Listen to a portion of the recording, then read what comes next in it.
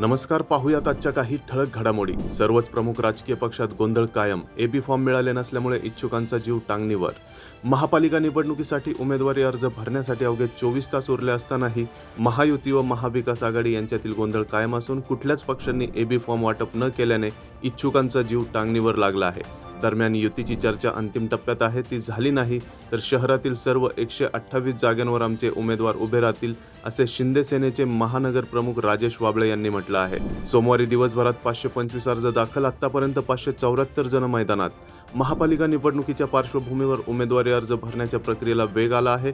सोमवारी एकूण 525 जणांनी उमेदवारी अर्ज दाखल केले. त्यामुळे सोमवारपर्यंत दाखल झालेल्या एकूण अर्जांची संख्या 574 वर पोहोचली आहे. अजित पवार गटाला 110 तर शरद पवार गटाला 18 जागा मिळणार. महापालिका निवडणुकीच्या पार्श्वभूमीवर दोन्ही राष्ट्रवादी एकत्रितपणे निवडणूक लढणार असल्याचं स्पष्ट झाल्याने शहरातील सत्ता समीकरण लक्षात घेऊन दोन्ही गटांनी सोमवारी जागा वाटपाचा प्राथमिक फॉर्म्युला निश्चित केला.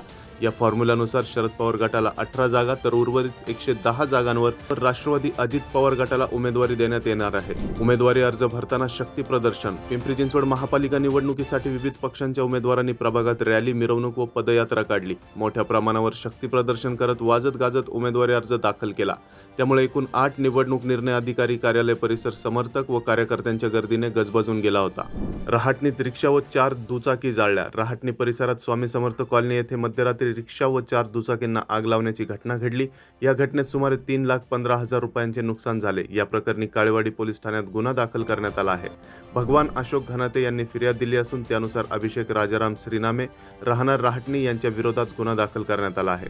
मद्यप्राशन करून वाहन चालवल्याने 365 जणांवर कारवाई. नववर्षाच्या स्वागताच्या पार्श्वभूमीवर पिंपरी चिंचवड पोलीस आयुक्तालयाच्या वाहतूक शाखेने शहरात विशेष मोहीम राबवून वाहतूक नियमांचे उल्लंघन करण्याच्या विरोधात कारवाईची प्रक्रिया राबवली.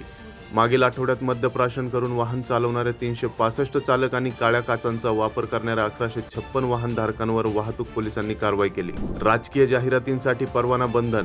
उमेदवारांच्या निवडणूक प्रचारासाठी प्रसारित होणाऱ्या इलेक्ट्रॉनिक जाहिराती, सोशल मीडिया प्रचार तसेच इतर इलेक्ट्रॉनिक माध्यमांवरील जाहिरातींसाठी पूर्व प्रमाणपत्र बंधनकारक आहे. यासाठी उमेदवारी अर्ज दाखल केलेल्या सर्व उमेदवारांनी पिंपरी येथील मुख्य प्रशासकीय भवनातील प्रसार माध्यम समिती कार्यालयाकडे अर्ज सादर करणे आवश्यक असल्याची माहिती या समितीचे सदस्य किरण गायकवाड यांनी दिली. तर या होत्या आजच्या काही ठळक घडामोडी. आणखीन घडामोडी जाणून घेण्यासाठी पाहत रहा PCMC न्यूज.